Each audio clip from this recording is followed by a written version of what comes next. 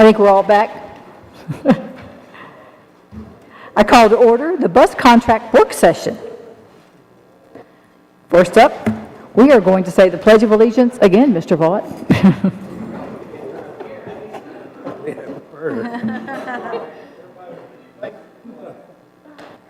Allegiance to the flag of the United States of America and to the republic for which it stands, one nation, under God, indivisible, with liberty and justice for all.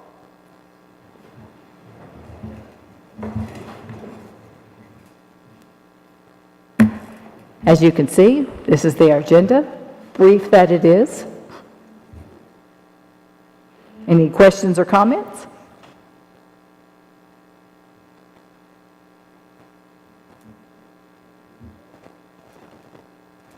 Oh, I'm so sorry. I did forget the moment of silence. Let's have a moment of silence, please.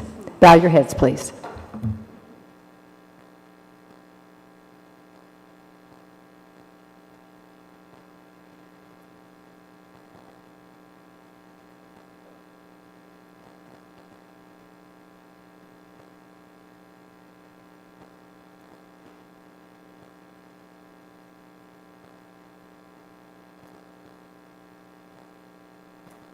Thank you.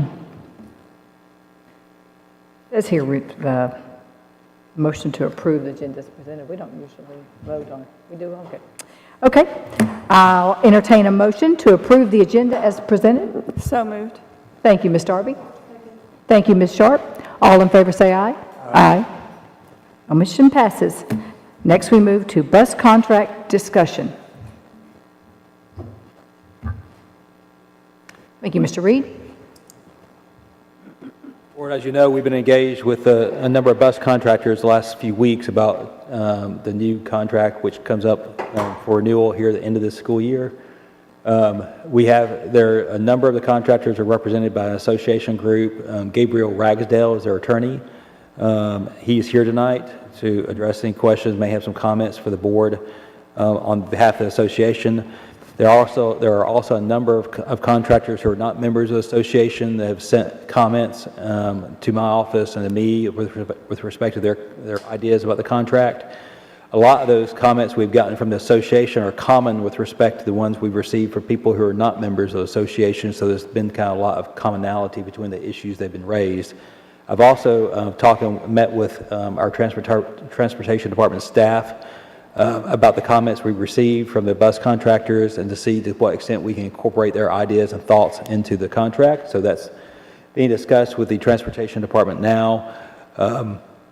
There are still a lot further discussions that we need to be had between myself and the attorneys for the association and other contractors to get some terms that are acceptable to everybody, but the process is underway.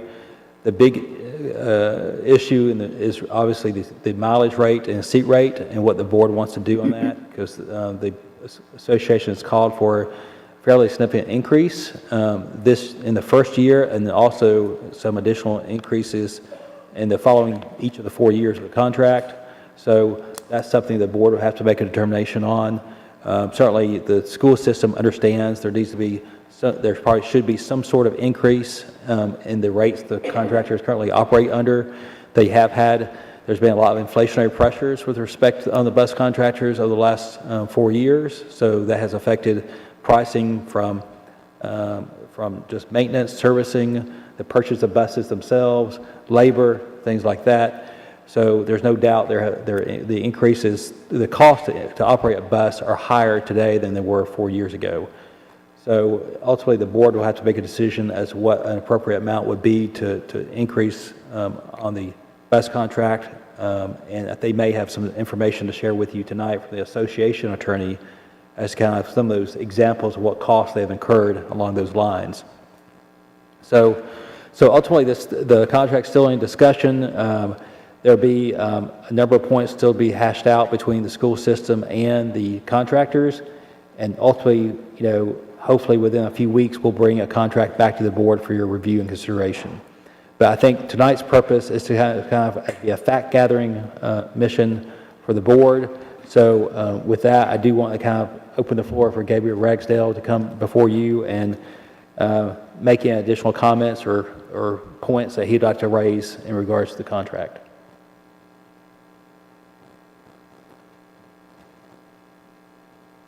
Thank you, Mr. Reed, and thank you to the board for having this working session again, and for the time and opportunity to speak on these issues. I just want to echo what Mr. Reed mentioned, that we are in process. We've exchanged versions of the most recent version produced by his office, and we've returned a written-up version that incorporates some of our thoughts and changes within a new version of the document. We spoke earlier today, and we have a plan to speak again either later this week or early next week about trying to come together over our proposed changes versus, what the board is looking for, and things that are more or less movable. Given that we're trying to develop, my understanding is a uniform contract for all the contractors, and getting feedback from everybody is obviously a little bit of a process. I think we're optimistic that, we've been productive so far, so we expect that productivity to continue in our kind of next iteration. I sent a few examples, and I know that was one of the questions is, how are we substantiating some of these numbers and some examples of these inflationary costs that have really undermined the contract, this association of contractors' ability to continue operating with a 5% raise. And I'd be happy to provide I have copies of them if you want to look and follow along. And I thought that maybe the most beneficial way to kind of give some color to these examples is to have some of our members give a little bit of background, because although the numbers on the paper show significant increases for, say, the costs of tires, oil, and labor associated with those maintenance issues, they can give a little bit more background on how often am I buying these tires? What is the overall maintenance picture for some of these things look, so that we can show show your work basically behind how are we getting to a certain percentage, or how are we getting to a certain number, as it is tied to actual invoices that our members have paid in the last couple of years. And the examples that we have are from 2020, 2021 up until like last week. And so trying to show the disparity in pricing and costs between when the last contract was became effective and what we're going to go into with the new contract. And so I thought that might be helpful. And to the same extent, I know there were some questions about policy changes that the board may affect, and issues in implementing those changes in practice and when they're on the road. And so I thought having a member to speak a little bit about their experiences with that, and that's something that I understand that we'll kind of go back and forth with Mr. Reed's office and figure out how basically can we get more involved in some of those changes, or at least being a participant to meetings where certain transportation-related policies are adopted, so that the people who are responsible with picking up, transporting the students safely can do so in a way that they don't they're not being set up in some way to not be able to comply with their obligations, and to do so safely and efficiently. So that was my thoughts, and happy to answer any particular questions from any member prior to kind of getting into that discussion. But that's kind of what I had in mind. Could be a little bit more Q&A as opposed to y'all sitting here listening to me talk again. So, would you like the examples, the invoices? Okay, I'll pass it. Thank you. While he's getting that, can I? Yes, Mr. Vaughn. He brought up a point there about policy. Is there any representative of the transportation industry on the policy committee? I can't remember. Has there ever been any? Lester ever been on one before? But there's somebody from the transportation. Not anybody from transportation here on our policy. Neither one. That could be easily rectified, probably. We just need to. I'm sure at some point there probably was one way or another, but not. And they may not want to be on policy committee. All right. That was just a Yeah, quick. I do just want to add as well, there may be other contractors here who are not part of the association who have comments to the board, so we'll Yes. certainly make the floor available for any comments from them as well. Absolutely. Not everybody is part of this association. How does their representation and this representation mesh? Are we going to get everybody to the table, or how do we do that? Well, we're taking comments from everyone, so yes, I might, I've had a number of bus contractors who are not part of the association contact me with thoughts and ideas that they have with respect to the contract, so we're trying to address those as well with those contractors who are not part of the association. Some of the issues that those folks have raised are common to the same issues that are being raised by the association, so there are some commonality between the two, but there are some things that have been raised by some of the group outside the association that has not been raised by the association. But we are hearing all those comments and trying to incorporate all those comments into the contract. And I just wanted to add thank you to the board and whoever put together that spreadsheet, because I think that's going to be very helpful and instructive as we're able to kind of move towards, a workable number there. So Thank you. Is there anyone that would like to speak? Yeah. Okay, yes, please. Thank you. If you look, there are, all right, you have 4 bills of sale, which are 4 buses that I personally bought. The first one was bought, it's in your packet. Okay, I think it's in the Those should be the- back, the last 4 the last 4 pages of your packet, I think.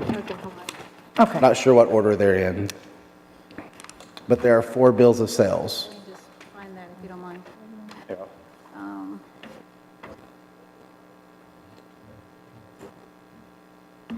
Okay, there we are. Does it start with the Mid-South? They all say to Ursa Major Logistics. They're Mid-South invoices for Ursa Major Logistics. Okay. There's 4 of them. And as you can see, these are 4 special education buses. All 4 of these buses meet the minimum standard of our current contract. They're 8 seats, 1 wheelchair slot with air conditioning, because our contract does require that all sped buses have air conditioning. As you can see, the first bus was bought in February of 2022 for $76,500.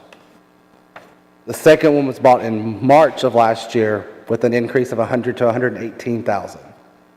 Bought another bus the same month. If you look, those buses were bought 3 weeks apart for $129,000. And then the latest bus that I bought in August is now $135,000. Those 4 are identical buses. There's nothing different between them except for the day they were manufactured and bought. So between just those buses in a 2.5-year span, that's $58,500 for the same bus, for a sped bus. That's 76.5%. Because when we talk about our big buses, because that is the majority of our buses are our large buses. But we do have a small group of these buses, that's a huge increase. In the past, we've sent you the invoices for for our 90 passenger buses, where those have went up anywhere from, was it 46? Yeah. Central Yeah. States Blue bus sales? Yeah, and we have some that we've sent you that are just our 90 passenger. We've sent you the Bluebird for the last 4 years and the Thomas. The Bluebird buses went up 52.9%, and the Thomases went up 48.1%. So that's where we're coming from, and you got to realize, in 4 years, we've gotten 14% to cover those costs, which is where our rate is where we're coming from. We've got a lot of ground to cover up, because 14% does not cover those increases. And you can also look at, we gave you some examples of labor costs and how much they have went up. If you look, there's a Central State invoice from March the 3rd of 2021, their labor rate was $130 an hour. Then there's an invoice from December of 2024 where their labor rate is now $192 an hour.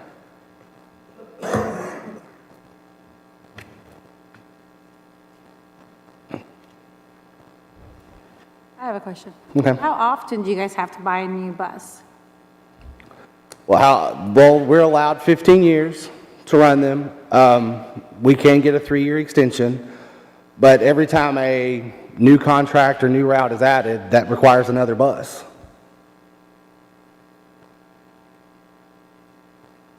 A couple of years ago, I heard that it was really hard to get parts for the sped buses. Yes. Has that gotten any easier? It's gotten better. You can see I bought 3 buses in a very short period of time because we were running old buses that we were limping through until those new buses. To give you an example, that first bus that I bought in March of last year took me 2.5 years to get that bus. I ordered that down payment was 2.5 years old before the bus actually made it to Murfreesboro. Parts are getting better for the little buses, I will say, but they're still, we had a bus that needed a cross arm, and we literally had to go and steal a bus off of steal a cross arm off a donor bus because that contractor's still waiting on that new cross arm because they're special for the little buses. Okay. Ms. Maxwell, Yes, Mr. Tidwell. how many suppliers do you have for buses? Is it just Bluebird? Is there, In this area, there's only, for our 90-passenger buses, there's only 2 manufacturers that make them in this area, and that is Bluebird and Thomas. International no longer makes a 90-passenger bus. The largest they make is 83, do you know what the reason is behind that? Why they're moving away from 90? because they no longer make a transit bus. To get larger than 83 passengers, it has to be a transit, which are the flat. They switched to purely conventional buses. I noticed that the invoices you showed us were all Bluebird buses. The ones that we got you, there's some Mid-South buses in there. There's Mid-South. I just highlighted the Central State. If you look, there are Mid-South invoices in there. Is that Thomas buses? Yeah, Mid-South is the Thomas bus. The one, that's the dealership located here in Murfreesboro, and then, of course, Central State is our Bluebird in Lebanon. Then they sell Bluebird too here, don't they? I'm sorry? Don't they sell Bluebird here? Also? No, the Bluebirds are that dealer. This used to be the Bluebird dealership here in Murfreesboro, but then it's now in Lebanon. When this dealership switched to Thomas, they opened the one in Lebanon for Bluebird. Is there a market for used buses? For our specifications, it is hard to find because with the 90-passenger bus, very few districts use them. So they're few and far between to find a used 90-passenger bus. And most districts that run them are running them until they can't run them anymore. And then by that time, they're too old for us to purchase, or they're not in the condition that we would want to use them. Ms. Maxwell, Yes, Mr. Tidwell. where does that, you said 15 years plus a 3-year extension. Where does that come from? That's from the state or? That is the TCA code. We're allowed 15 years. After 15 years, you can go through 2 inspections per year for 3 years. Or after the end of the 18 years, if your bus is still under 200,000 miles, you can continue to run it until it hits 200,000 miles. But once they hit those extensions, we as the contractor have to pay every 6 months. We have to pay the state to come and look at our bus. For the first 15 years, we don't pay. That's include, the state does it for us for free. But it's still cheaper than, yeah, if you can get it 3 more years, better than buying. It is, but as the contractor who owns some older buses, sometimes it's not. Because the older buses, especially, because I have some that have Caterpillar engines, Caterpillar hasn't made a school bus engine in years. So finding those parts is almost impossible. I'm like, most time when I get a part, you're ordering it from Arizona or Colorado and hoping that they've still got a part sitting in a warehouse somewhere that nobody's bought yet. So the older buses, because it's just like with older cars, they're hard to find those parts when things wear out. And they do wear out. The older they get, the harder it is to find them. Yeah, and the maintenance cost on the older buses is astronomical. Any other questions? Yes. I got one. Looking at your invoice, this is a curious question. There may be an answer and may not be an answer. But on the sped buses right there, the percentage increase in the last 5 years has been significantly higher on those as opposed to the big buses. Why? The chassis. Okay. I can tell you it's the chassis, because those buses run on either a Chevrolet, Ford chassis. Typically most of ours are Chevrolets. They've got some Fords now. The problem is, we use those chassis for school buses. They use them for ambulances. They use them, fire truck, the smaller fire, we all share a chassis. So they're only making so many chassis because, of course, they could either put a truck bed on that chassis and sell it at their dealership, or sell it to a specialized to put a school bus body on it. And, when COVID hit and things like that, of course, those chassis became few and far between, so. Well, it's like everything, list price plus $10,000 and that kind of stuff went on, with Chevrolet. And, now there's some rebates back on the half-ton trucks, but it hasn't, obviously it hadn't shown up yet on those chassis yet. No, and That was reason for the curious, it was just significantly higher percentage, and I didn't know. And we went almost 2 years without the ability to get those buses, period, because Chevrolet and Ford was not giving the bus manufacturers the chassis for them to put a body on. Any other questions? Thank you. That was very interesting. Thank you so much. I just wanted to make one note before we move on to another example about the new, the purchase prices of new bus and how that is, we just went through a discussion of how, often maybe they might need to replace a bus or due to, increasing costs. One of the reasons I just wanted to point out, and this is something that is still part of our negotiations, is to why is this so important if they're, if we're only buying a new bus every 15 to, 18 years. Part of what is in the present version of the contract is a requirement that every contractor have access to a spare bus in the event there is a breakdown or there's some sort of coverage issue, in addition to a spare driver. That's different from what the current contract had. It's a little bit more explicit in the new version, but if that type of requirement stays in this agreement, we're talking about a lot more buses being purchased to be able to provide those coverage and substitute drive, all of that type of thing, to be able to have that bus available. And so that's something that I think that we're still working out on what the best solution to have a backup bus available for coverage in the event that there's an issue. But I just wanted to emphasize that in our discussion of the new bus prices. I'm going to take a look at another example, and we don't have to go through each one of these line by line, but I know Gary has already mentioned, the increase in labor costs associated for these. My understanding is that, the vast majority are diesel and require some sort of diesel certified mechanic to work on them, and so that, it's a more specialized type of work, and so maybe he's got some comments on those types of things. Yeah, that's that. Yeah. Ms. Maxwell? Yes, Can I Mr. ask a question real quick before we move on? About what's the average loan for the bus? Are they 10 years, 15 years? Typically, they've in the past have been 5 to 7 years. I know that Pinnacle, we've heard, is now doing 8.5 years, just because they're having to add the extra time on just to make our debt to income work, because they've told us, that our contract doesn't pay enough for them to justify the bus payment. It was 5 to 7, but now you're saying... They're going up to 8.5. Oh, yes, Ms. Sharp.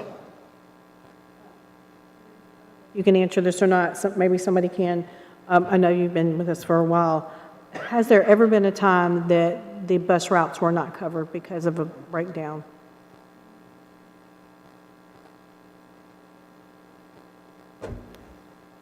Our transportation director is here, so she can answer that question. Okay, thank you. Thank you, okay.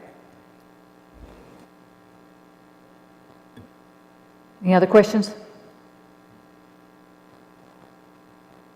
Okay, thank you.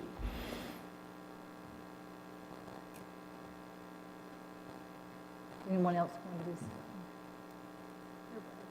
something? Yes, I was just want to make sure from their attorneys. Is that everyone?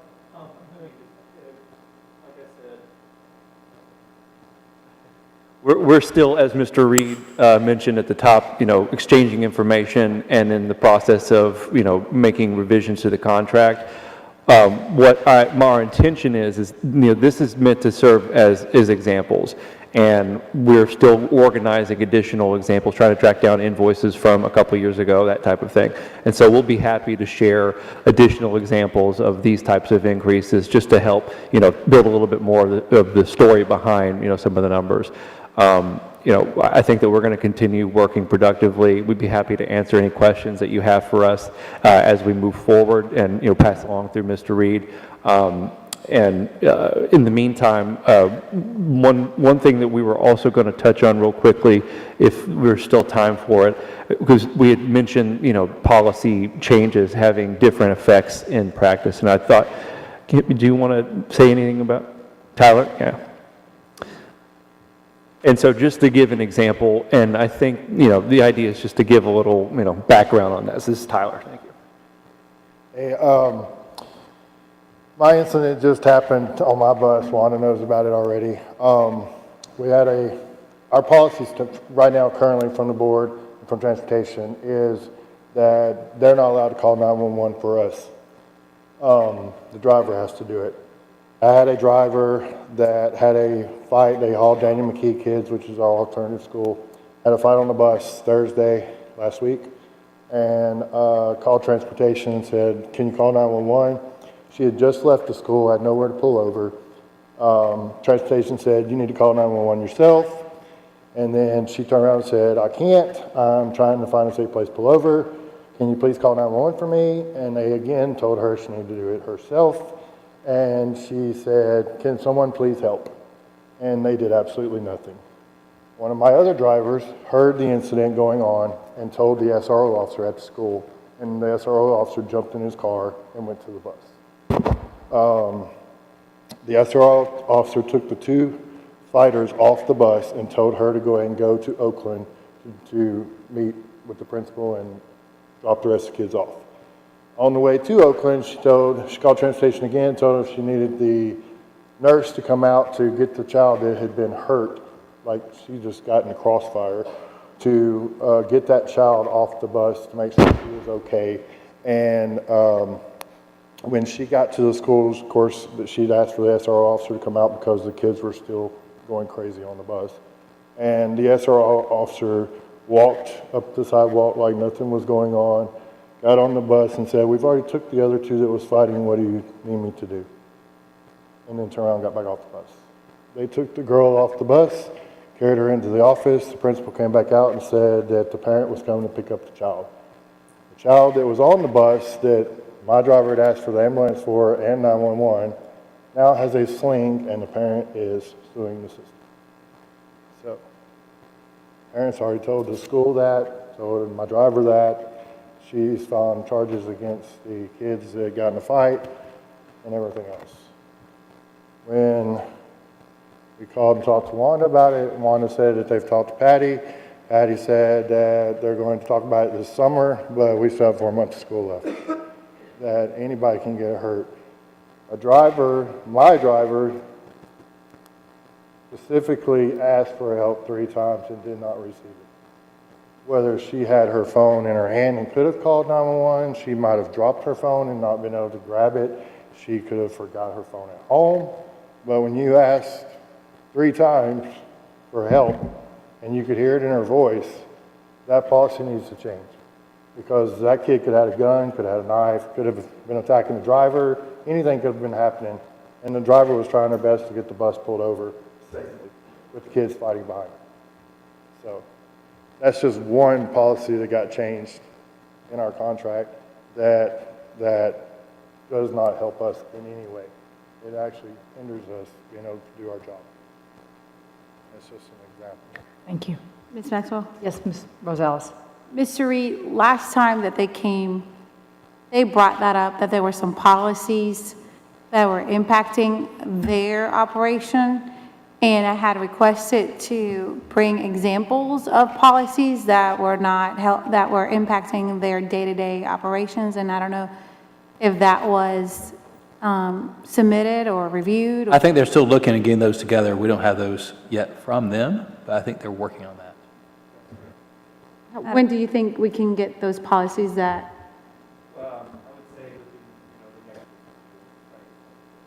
Okay, thank you. Madam Chair. Yes, Ms. Darby. Dr. Sullivan, do you know why that's in policy? It wouldn't be in policy, that'd be in a procedure. And I can tell you the part of the reason is you also have your sheriff's department who doesn't, this situation, of course, is one that we want to make sure we handle. The other side is you don't want people calling 911 frivolously, because then the sheriff's department is going to be calling things. And this was not a frivolous one at all. Yeah. But in practice, that is what occurs when somebody calls 911 when it doesn't need to be, and then they're responding to an incident that they don't need to be responding. So that is what, we don't have jurisdiction over the sheriff's department, and so that is the reason that that procedure is there. Because the Sheriff's Department requested us to have that in procedure? It has been a long-standing practice, so I would have to go and check. Do you know, and I'm just gathering information, do you know if at some point in time there was an issue with bus drivers asking for that to be done frivolously? Because my concern is this: we have somebody with a school bus with multiple kids on there, and the high schoolers some of the middle schoolers are big kids. And these drivers need to be focused on the road in front of them and what they're doing, not on necessarily what's happening behind them, where when there's an emergent situation, the last thing I would want is somebody trying to maneuver driving a vehicle like that and trying to get on their phone to dial something while they're probably having some anxiety themselves because of what's occurring behind them. So that's concerning to me, that we have a policy that says when they reach out to help, we're not allowed to give it. Can I make a comment? Which Wanda told me this. They called my driver after this was over and said the GPS wasn't working, to make the contractor get a hold of transportation to get it fixed, which is not our deal, not our GPS. However, I did tell them it wasn't working. But the red button that's on our new radios, we were told at first we could use those to call 911. Then we were told, no, don't touch those at all. And now we're being told that some of them work for 911, some of them does not. So as I told Wanda, that needs to be implemented to find out that every single one of them does work for 911, or they do not work for 911. We need, it needs to be across the whole board that every single one of them does the same thing. Not, hey, does this bus work or does this bus not work? You know, that's danger for a driver, because if they think it works, they push it, and they're expecting 911 and nothing's happening, then they're just in more danger. Madam Chair. Yes, Ms. Darby. Dr. Sullivan, can we find out from Mr. Lee if the new GPSs, if there's any kind of coordination for some kind of emergency button, or I don't know what, but if they have any kind of capability like that? Yep. I think that will be that'll be something that'll have to be talked with contractors as well, because I don't think that's spelled out. So, yes. Thank you. Yes, Ms. Sharp. Thank you, Madam Chair. I think everybody that drives is under the hands-free. Aren't we? Under hands-free? Okay. Ms. Maxwell? Rosales. So this situation with the 911, this is a policy that is in the contract, so we have to wait for the contract to change, or can we change this with the Procedure. It's a procedure. It's just so it doesn't need an a operation. policy? Correct. Okay, so is that, so I guess what you're saying is that this is going to be looked at and changed? That I can work on. Yep. Perfect, all right, thank you. Thank you so much. Thank you. Thank you for letting us know. Yes, thank you.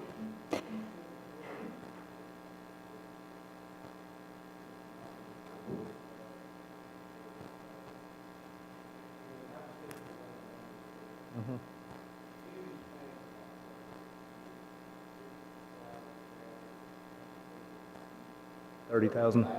Yep. 1/6, not quite what tenth of our population, a tenth of our population. And so if I was in law enforcement, I'd want to think, that's probably a pretty good way to cut off time. Whether or not, a kid had, a medical emergency or whatever. So I'm thinking out loud, and Ms. Sharp brought up this hands-free, but they can utilize the radios. Is that within the limits of the law, so to speak? Are y'all exempt? Our radios are exempt from hands-free. From hands-free, I would think The radio that is installed in the bus, since it is installed, it is exempt. yeah, you can't talk on your phone just like I can, but you can talk on the radio. That's Right. Okay. Thank you. Trying to process all this through my head very quickly right now. Thank you. I spoke to someone earlier today, and I said anyone that would like to speak can speak tonight. So I'm giving you, yes, could you come up, Ms. Crossland? And anybody else that had their hand up, as soon as she's done, you can come on up as well. Just, you might want to identify who you are. Thank you all for letting me speak tonight. My name is Christy, and I am here representing the K&M Transportation. I'm not affiliated with the organization, but we all are a unity as we all transport for Rutherford County. A lot of the things that I would like, I have heard them speak of as well in regards to what we would like to have addressed. I've sent you all an email, Mr. Reed and Mr. Rexdale too, in regards to some of the things with the collaborating companies that I've spoken with that is not affiliated with the organization, of things that we would like to have changed within the contract. And in section 1.2 is regarding our insurance liability of the contract. And I have asked Mr. Halliburton, Ken, he is here with Miller, Lowry, and Beach Insurance.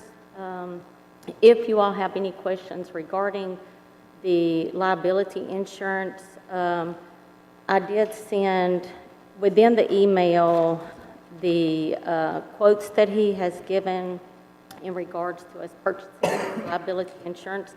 So liability and the form, and I just wanted to explain and go over that too, in case there was any questions as well.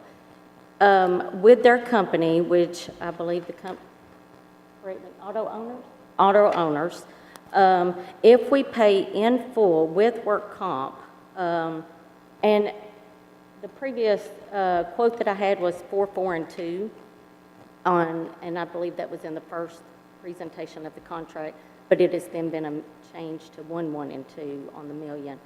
The price, if you pay it in full, would be $11,891. I have 3 buses, so that was for 3, if I'm telling correctly. If you break that down, it's $4,356.33 per bus. That's if I pay a lump sum. If I can't pay it in a lump sum because we have to have it by July, then monthly payments with the work comp would go up to $13,069, and then we would break that down. So it is an increase. It does cost more to pay it monthly than it does to pay it in full. But if you break that down into monthly, it breaks down into an extra $435.63 a month, which to me, I've done the math, the 5% increase that you're offering, and I know money is money, but we have to come back to the black and white numbers do not lie. 5% increase in numbers, you're offering me a $358.79 increase, which doesn't even pay for the insurance that is being mandated. Not by the board, but by the higher up, saying that we have to carry this insurance. So if you go into compensation, I think 5% is a nice little discussion piece, but we have to talk facts, and that's just not ample enough to cover the increases that we are having to endure. Anything on insurance before we move? Ms. Maxwell, To the Yes, Mr. Tidwell. can I get that number again? You just said those monthly. And it's in the monthly. email that I sent you, the Okay. copy. The $11,891 is if you pay it in full, $13,069 if you pay it in monthly installments. What was the monthly? payment? Monthly, I broke down the in full payment. I did not break down the monthly payments. You may have that, Ken. Yeah, It's 43. a little bit less than $1,000 a month. It's like 990 or something. Oh, the month is 435.63 if you paid, if that was broken down. So it's going to be roughly $450, $500 a month. If you, per bus, that's per bus. And then, One thing that I'd like to point out as part of this discussion of an increased cost of coverage or increased cost of premium. So in the past, most all these drivers just had physical damage coverage, as you probably already know. You may not know what they've been paying for that. And that would have been, well, you were paying, what, $400 a year Yeah. per bus? So, and that was kind of an average. There was Erie and a couple of different markets that were out there. Whereas, so if someone was paying $400 a year for physical damage coverage, was their insurance cost in the past, and now it's going to be closer to $12,000 or $13,000 a year. Now, that's in total for 3 buses, so you could divide that. So you could say it's going from $400 to $4,000 in a year's time, based upon each bus, on average, based upon the new insurance requirements, meaning them having to have the general liability, the umbrella, and if workers' comp is required also. and finding companies to write this insurance has been challenging as well. Like Erie Insurance, they will no longer, if we have to have this, I will not be able to keep Erie.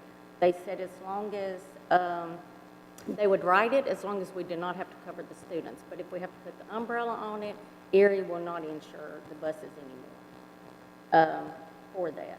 So we're having to look at all new companies. I've reached out, their company does it, Auto Owners, but I've reached out to multiple companies to get price comparisons too.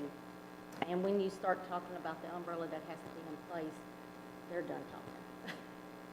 So that's a challenge as well. Thank you. Y'all, you say y'all don't, you won't cover it, the liability on the students. Oh, no, this company. We will. When I say we, auto owners will. Auto Owners. Erie will not. That's who I'm currently with now. Ma'am? Miller, Lowry, and Beach is, yeah. Auto owners is the name of the carrier that we would ride it through. Would you give, if everybody went with you, would you give them a discount? I wish I could, Vaughn, but I'm not able to do that. And I will say each risk is evaluated on its own merit. So, I mean, these numbers are associated with this particular situation. But the fact of the matter is, these folks are going to see that sort of increase.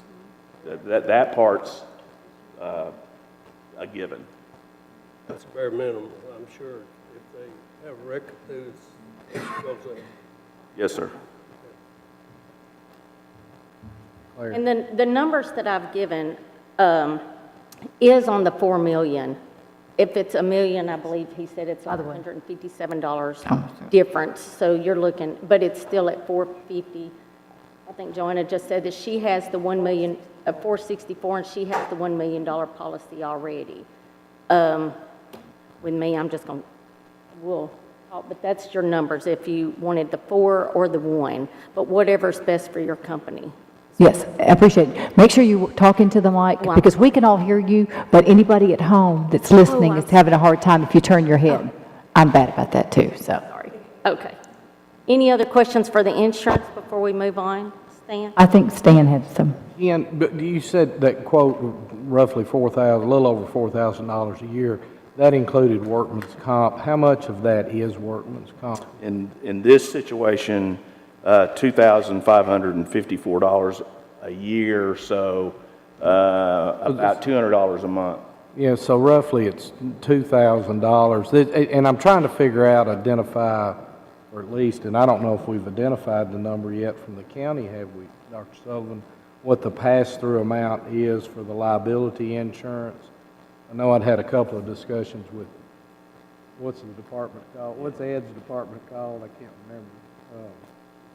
Risk management, I know there's a new It took me a term. minute to go back and. Yeah, risk management department, Ed Elam is over that, and trying to identify, of course, the county's got the liability now. Obviously, the county has a greater purchasing power than, say, Christie does by herself or any one of these individuals. And so I'm trying to, there's a number that's over here somewhere right now that's got to be a pass-through. So that was the reason I was trying to get to it. And the liability thing, again, inflation has gone up, so I hate to say it, but $1 million doesn't buy what $1 million used to. And so if you do have an accident or something, medical bills. And Jeff can correct me if I'm wrong, the way the last contract I read was $1 million worth of general liability, but you were looking for also to get to a $3 million occurrence, so you would have a $2 million umbrella on top of that, which that $2 million umbrella is included in the numbers that we're talking about here. So that is $3 million. That is $3 million. Roughly $2,500 a year.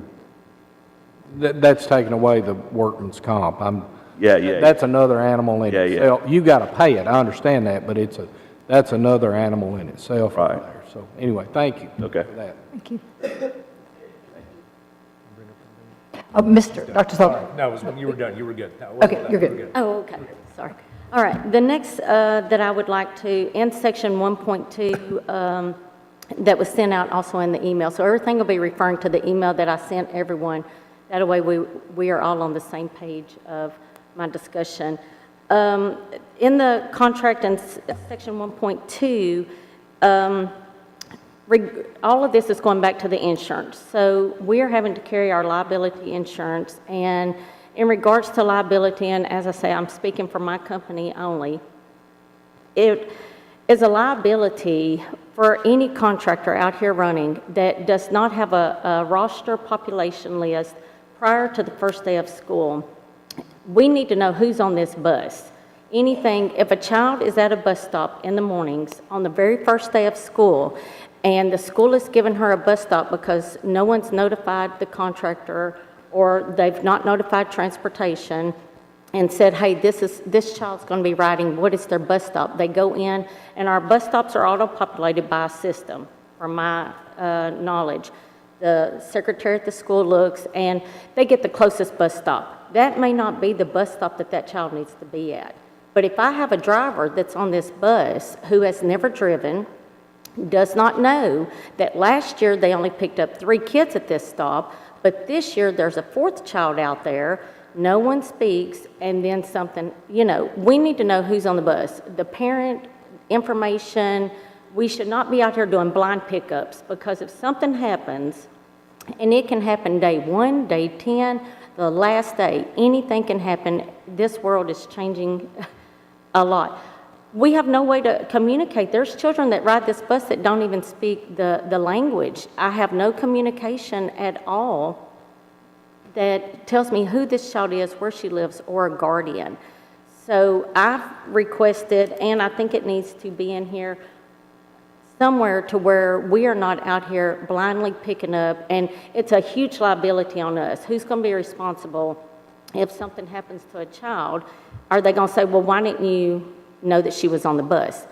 How am I supposed to know if no one speaks? So if we've got a roster that is given out 7 days, which I picked the 7 days because if you look within the email, I have requested the 14 days to be changed to 7 days, because 14 days, if you turn in driver information, there are some years that we don't know until the day before school who's going to be on that bus, because with the pay that we have to offer drivers, they are few and far between. So whoever we can get to get on this bus is who we have, but we may not know 14 days out.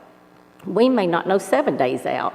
But if we turn in our information 7 days, and then the county gives us our driver routes, our people that's on here, then it'll be an equal change. But without having a new child with a piece of paper from the school, a roster that gives us information, it just increases our liability.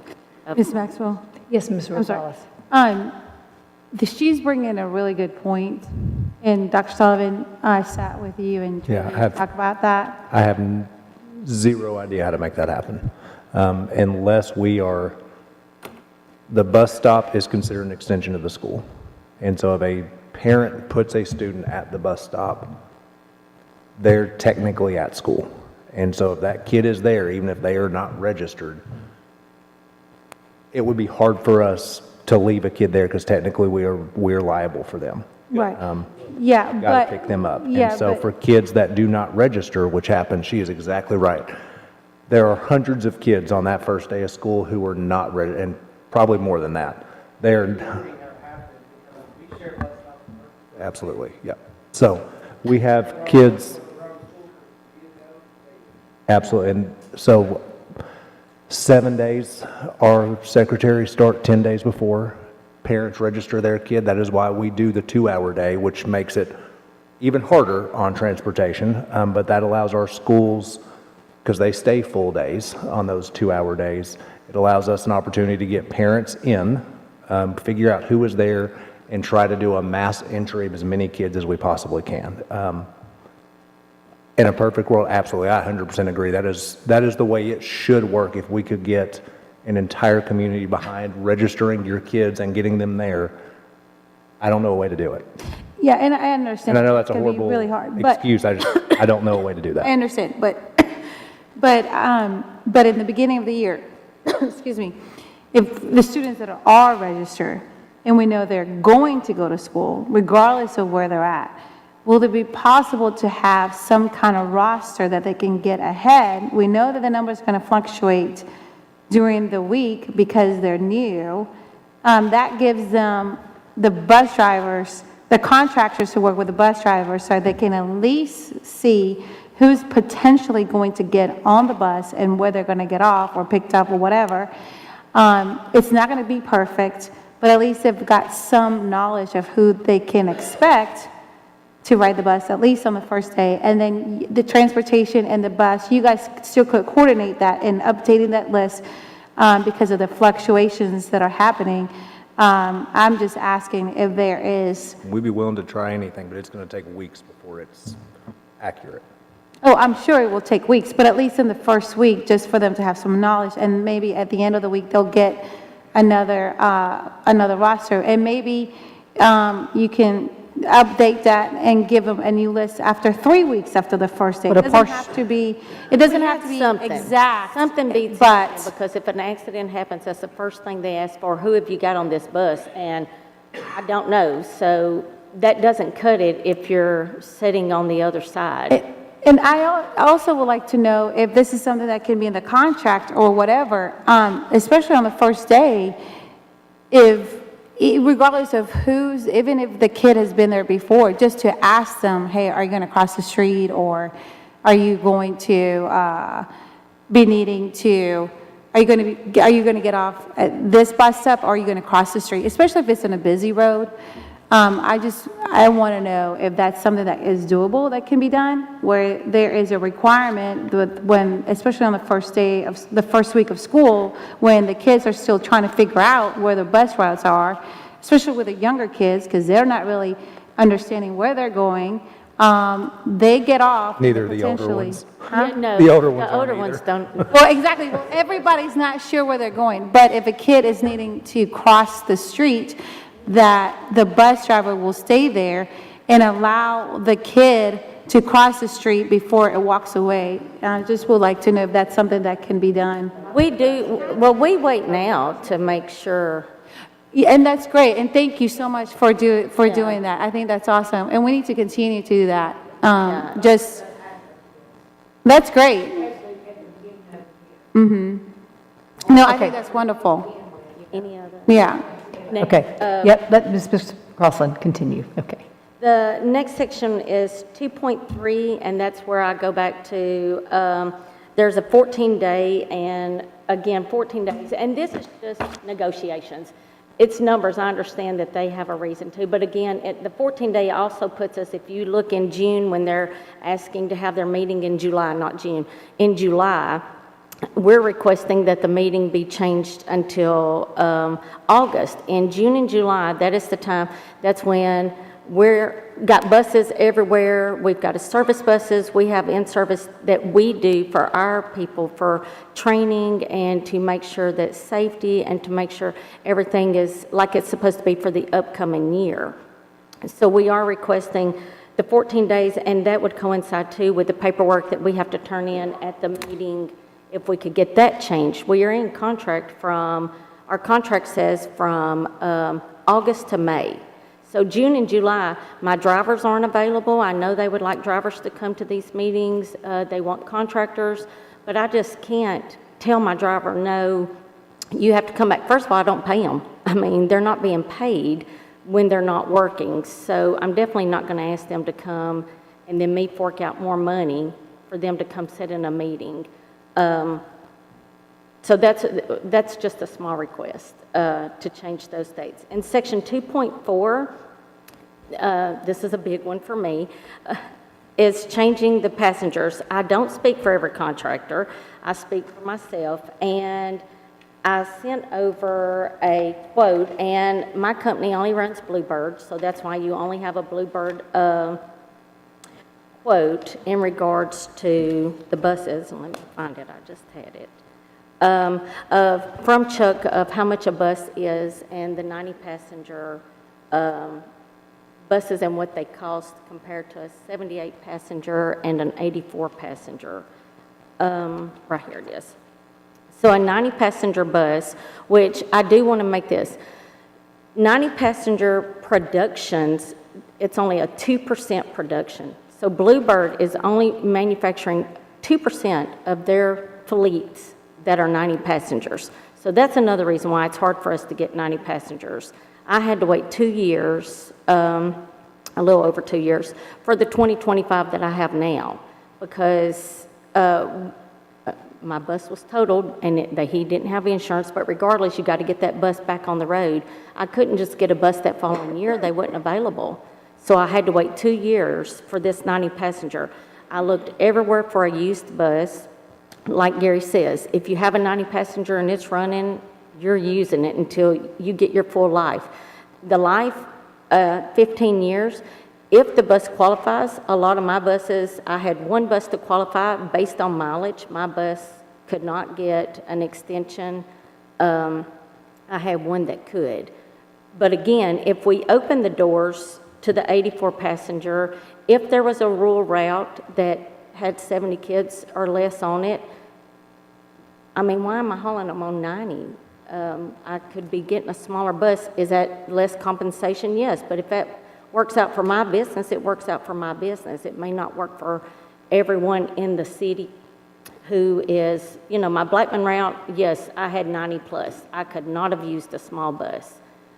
But on other routes, we can. But if there was an option, it would allow us the ability to buy from other counties as well.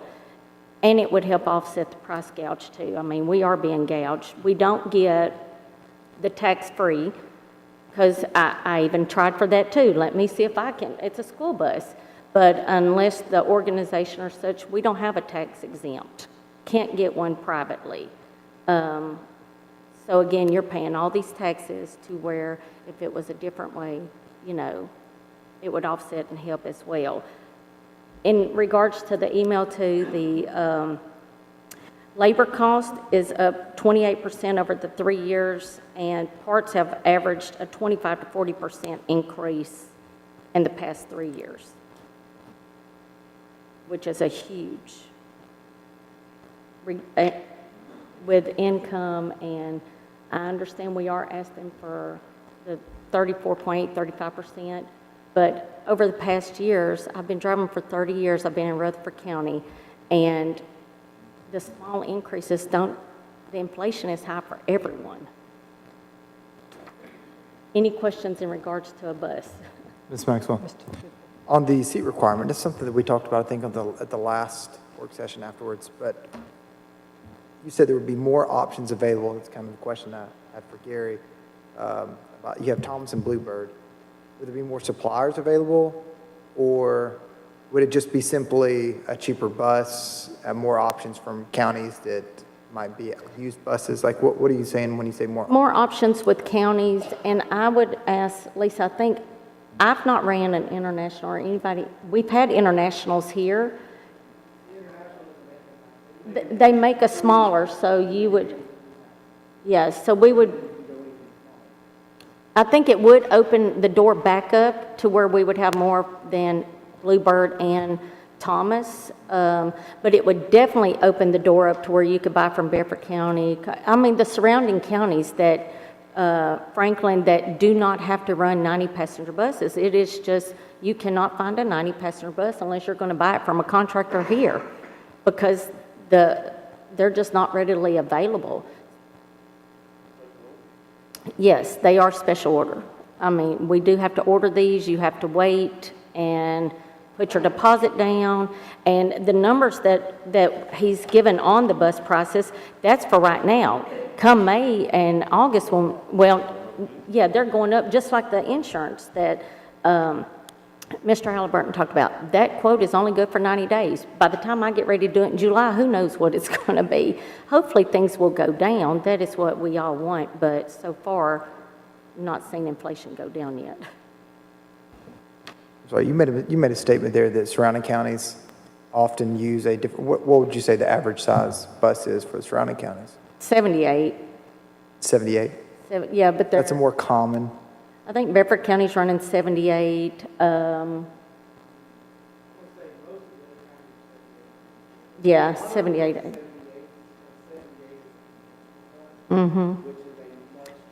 Yeah, Franklin, the 78, if you look at so a 90-passenger roughly is 172,376. An 84-passenger, you don't noticeably see the savings that you're going to get. It's only $1,000, $171,641, but it opens up the option to be able to find used buses, because there are counties, Cannon County, the surrounding counties too, have 84. It's not common, but when you get into the 78, you have opened up Winchester, Coffee County, Cannon County, Franklin, Nashville. We've opened up a wide door with that one. Do you have the price on that one? 78 passengers, $134,994.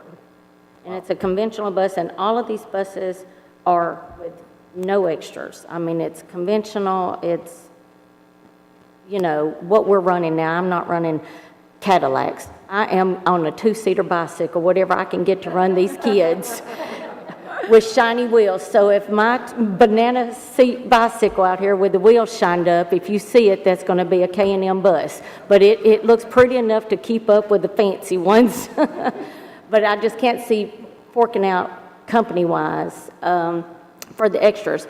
I do want to say now, I might, if this was changed in the contract, would possibly, the air conditioning, my drivers would probably like that. Kids too, that would make it maybe feasible to where I might could do air, but right now my company can't do air. I don't get paid enough to, it's just not there for them. Almost done, and then my next section, I'm gonna go to the cameras and GPS, and of course that was on 2.6, C, well, that goes back to the meeting. We no longer have 2 meetings. We used to have 2 meetings a year, and here recently we've only had 1 meeting a year.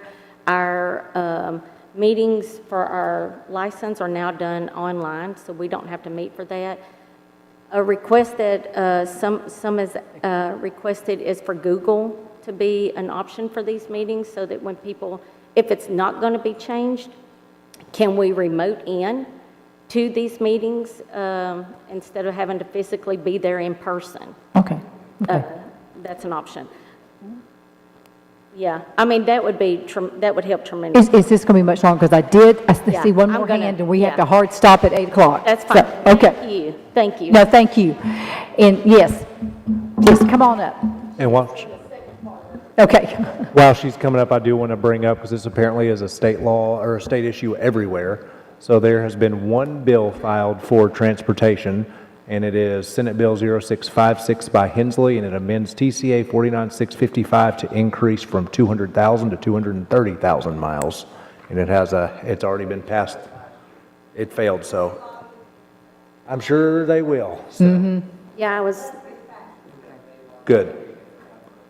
Good. So it's already, and we have Dawn White as our Senate Education Chair, so. Yes, ma'am. Go hi, right I'm ahead. Lisa Adams. I'm here representing my business, Adams Bus Services. And I was going to piggyback on what Ms. Crosland said about the mileage, but you just kind of touched base on that. We do have to retire them at 200,000 miles. And, you know, I own a semi-truck and a dump truck, and those things will go a million miles. They have the same engine in them. But, you know, if we could get that worked out to where we could keep them a little bit longer, that would help a lot too, but I know y'all haven't done that. I just want to point this out real quick. I know we're ready to go. I'm ready to get home before the snow comes, et cetera, but I wanted to point this out, okay, about the RFP bids. All right, the RFP bids, I know they were approved without intent. I understand that. But just to give you guys an idea about this 34.8% that I know it seems astronomical, but okay, the first student bid was for $10,541.88. That was $585.66 per day. Gossett Bus Lines was $9,500, 4 cents per month, and that was $527.78 a day. The proposed 34.8% is $9,665.25 at $536.97 per day. So, I mean, we're right in there with them, you know, and if they were approved at that, I mean, maybe that gives you guys a better idea of what it is exactly that we're asking for. So just wanted to point that out. I'm ready to go home. It's going to snow. Thank you. Yes, I've got one hand up. Come on in.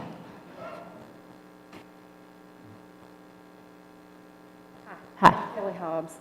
Me and my husband have 7 contracts between us. There's a couple things that I haven't heard touched on, and one is the debt to income. A lot of the banks are not even loaning money on these buses because our debt to income doesn't match. And the most recent one we just purchased, it was a used bus, and the bank only loaned 80%. So, you know, with what little we're getting, we also have to try to figure out how to save to put down on these buses. Driver pay has gone up tremendously. A lot of contractors will get new buses every 5 years instead of 15 because you have the warranty.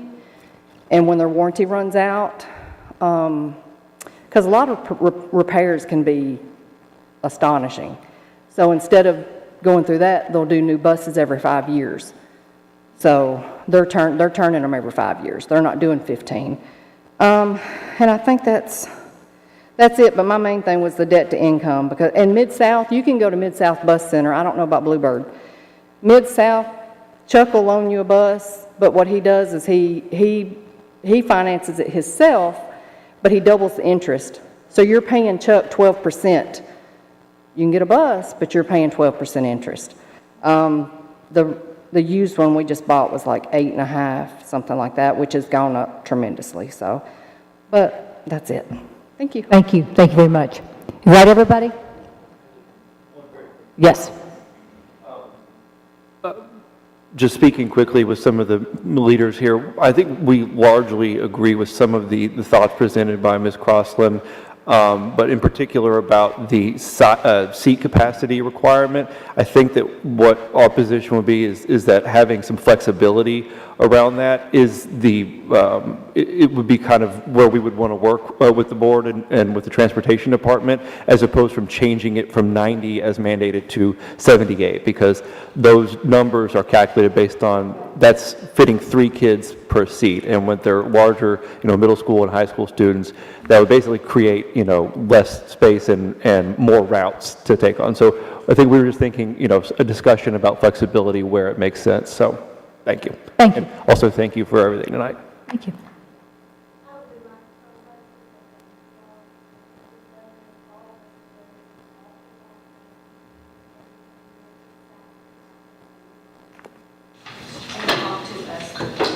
Well, thank you. Thank you. I think this was very valuable information. Anything, Dr. Sullivan? Okay. Motion to adjourn. Okay. Second? We're adjourned.